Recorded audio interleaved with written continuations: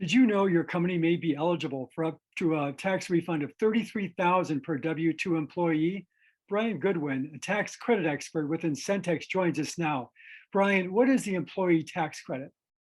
Yeah, in the simplest terms, it is a credit from the government that is designed to help businesses who are negatively affected by COVID-19, either through a qualified business suspension or a qualified revenue reduction. So how do I know if my company can qualify for this tax credit? Yeah, so it does come down to that revenue reduction. So one of the things that we always look at is going to be whatever somebody's revenues were in 2019 on a quarterly basis. 2019 being the year prior to COVID, and then comparing that in by each quarter in 2020 or 2021. And if there is a significant decline of 20% or more, then that's usually a good reason to start exploring this. The other piece is going to be a business suspension, where if somebody had to partially or fully suspend their business because they were complying with a government order due to COVID, that would qualify as well. Now, can my company who received a PP loan and an EIDL loan also apply for the employee retention tax credit? The quick answer, yes. So the EIDL does not affect this at all. PPP has a unique relationship. Up until the end of 2020, you could not do it.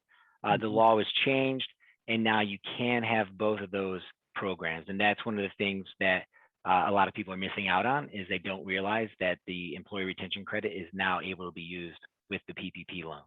Now, the tax refunds that I get back through the employee retention tax credit, do I pay back that money to the government? No, it is not a loan. It is a tax refund. Just as if somebody received a refund from the IRS in any other form, nobody tells them what to use it on. It's not required to be paid back or anything like that. Wonderful. So what documents must I have to apply for the employee retention tax credit? Yeah. So in order to figure out exactly what type of credit somebody can get, it has to be looked at on a quarterly basis going back to 2020. And the items that are looked at fall into three main categories.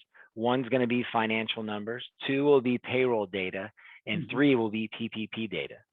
Okay, great. Well, thanks so much for your time. I'm going to make more information available in the description below. We'll have contact to schedule a call with Brian and I, and also you can request the guide that we put together on this topic to learn a great deal more about it, how you apply, what kind of credit refund you may be eligible for. And thanks for checking out this video, and subscribe and like this video if you'd like to be updated on more content moving forward, and hit that alert button to make sure you're notified when no videos, or new videos, I should say, hit the channel. Thanks so much, and talk soon.